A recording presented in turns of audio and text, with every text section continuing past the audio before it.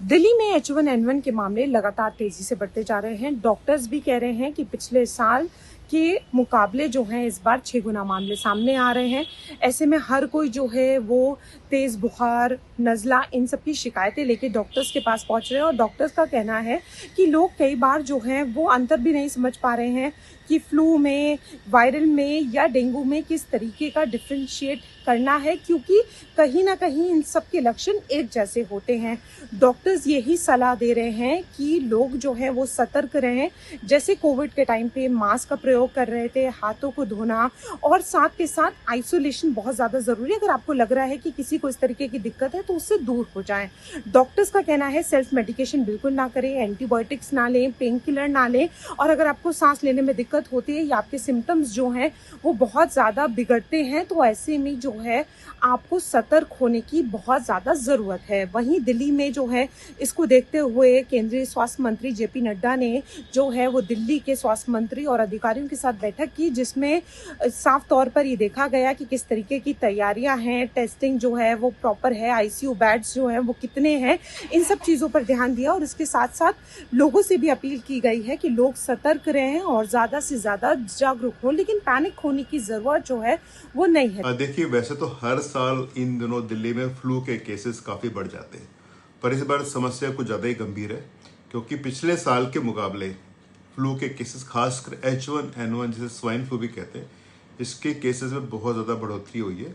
और डेटा के हिसाब से पिछले साल के मुकाबले 6 से 8 गुना ज़्यादा केसेस स्वाइन फ्लू के या बाकी फ्लू के भी आ रहे हैं। देखिए, वैसे तो घबराने की बात नहीं है। नॉर्मली फ्लू उतना सीरियस या रिस्की बीमारी नहीं होती। लक्षण वही होते हैं कि गले में दर्द हो, बुखार हो, सिर में दर्द हो, बदन में दर्द हो, थकान हो, इस तरह के लक्षण होते हैं। मोस्टली ये कुछ टाइम के बाद अपने आप चले जाते हैं। आपको सिर्फ पैरासीटामोल लेना होता है या अपना हाइड्रेशन ठीक रखना होता है। और पर जिन कंडीशंस में ऐसा लगता है कि भाई सांस की रफ्तार बहुत तेज हो रही है, सीने में बहुत दर्द है, कई दिन तक बुखार नहीं उतर रहा है, लूज मोशंस हैं, या होंठ या अपने नाखून वगैरह नीले पड़ रहे हैं, तो वहाँ पे समस्या गंभीर हो सकती है, क्योंकि वो न्यूमोनिया में कन्वर्ट हो सकता है। खासकर छोटे बच्चों में, एल्डरली में, या जिनको अलग बीमारियाँ चल रही हैं जैसे डायबिटीज़ है, हाइपरटेंशन है या किडनी की बीमारी, उनमें इस तरह के कॉम्प्लिकेशंस के रिस्क ज़्यादा होता है। पर अदरवाइज अमूमन ये बहुत रिस्की बीमारी नहीं होती, ज़्यादातर केसेस में अपने आप ठीक हो जाती है। बचाव के लिए क्या करना है, जो रेस्पिरेटरी हाइजीन हमने सीखा था कोविड के टाइम में, प्रैक्टिकली वही यहाँ भी काम आएगा। हैंड वॉश करना है बार बार, मास्क का इस्तेमाल कर सके तो बहुत अच्छी बात है, छींकते समय मुंह को ढक के रखें और क्राउडेड प्लेसेस को अवॉइड करें।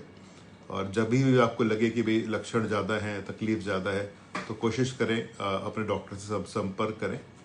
अपने आप से कोई मेडिकेशन बिल्कुल भी नहीं लें, क्योंकि मोस्टली वायरस में दवाई की ज़रूरत नहीं होती। एंटीबायोटिक्स प्लीज़ बिल्कुल ना लें। बच्चों को कफ सिरप प्लीज़ बिल्कुल भी ना दें। और अगर आप छोटे छोटे प्रिकॉशंस रखेंगे और टाइम से डॉक्टर को दिखाएंगे तो मुझे लगता नहीं कि बहुत समस्या वाली बात होनी चाहिए। आप स्वस्थ रहेंगे। और रेस्पिरेटरी इन्फेक्शन काफ़ी ज़्यादा बढ़ जाते हैं या डेंगू के केसेस भी काफ़ी ज़्यादा बढ़ जाते हैं, और सबसे ज़्यादा प्रॉब्लम आती है कि डेंगू एंड रेस्पिरेटरी इन्फेक्शंस के सिम्टम कई बार सेम होते हैं तो लोग फ़र्क नहीं कर पाते।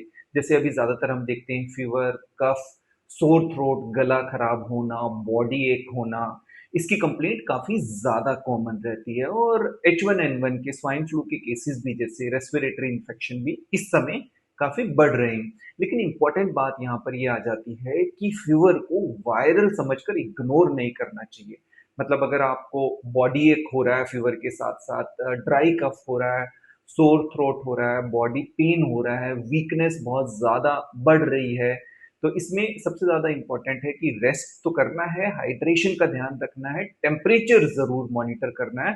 और अगर फीवर 3 दिन से भी ज़्यादा है और हाई ग्रेड फीवर है, ब्रीदिंग में भी अगर इश्यू है और बहुत ज़्यादा बॉडी में एक्सेसिव वीकनेस लग रही है, तो डॉक्टर से संपर्क तुरंत करना है। सबसे ज़्यादा ज़रूरी ध्यान रखना है कि सेल्फ मेडिकेशन आपको नहीं करनी, अपनी तरफ से कोई एंटीबायोटिक या पेन किलर का इस्तेमाल नहीं करना बिना डॉक्टर से पूछे। और प्रिवेंशन के लिए, रोकथाम के लिए बहुत ज़्यादा ज़रूरी है कि आप अपनी हैंड हाइजीन का ध्यान रखें, हाथों की सफाई बार-बार, जब भी आप किसी भी सरफेस को टच करते हैं, किसी क्राउडेड स्पेस में बाहर जाते हैं, तो हाथों को साबुन और पानी से ज़रूर धोना है। हैंड सैनिटाइजर भी आप कर सकते हैं। साथ के साथ इसमें कुछ चीज़ों का ध्यान रखना है कि जैसे आप क्राउडेड प्लेस में जाते हैं, मेट्रो में, बसेस वगैरह में आप ट्रैवल कर रहे हैं, तो वहां पर आप मास्क पहन लीजिए, क्योंकि आपको पता नहीं कि किसको इन्फेक्शन है। अगर आपको सर्दी, खांसी, जुकाम ऐसे कोई सिम्टम लग रहे हैं तो आप मास्क जरूर पहनिए, ताकि आप इन्फेक्शन स्प्रेड ना करें। इसके साथ साथ कुछ चीजें ध्यान रखनी है, क्योंकि डेंगू के सिम्टम और जो H1N1 के सिम्टम है, इसमें कई बार सिमिलैरिटीज होती है, आप फर्क नहीं कर सकते। तो इसके लिए स्क्रीनिंग एक बार अपना टेस्ट भी करा कर देख सकते हैं, क्योंकि स्वाइन फ्लू भी अर्ली स्टेज पर टेस्ट में डिटेक्ट हो जाता है और डेंगू भी डिटेक्ट हो जाता है, ताकि समय रहते हुए आप सही तरीके से राइट ट्रीटमेंट ले पाएं। और साथ के साथ अपनी इम्यूनिटी को बढ़ाते रहना है। इम्यूनिटी के लिए बहुत ज़्यादा ज़रूरी है कि आप नींद ठीक से लें, हाइड्रेशन अपना ठीक से रखें, अपना मूवमेंट, एक्सरसाइज ये आप रेगुलर करें। इन बातों का आपको ज़रूर ध्यान रखना है।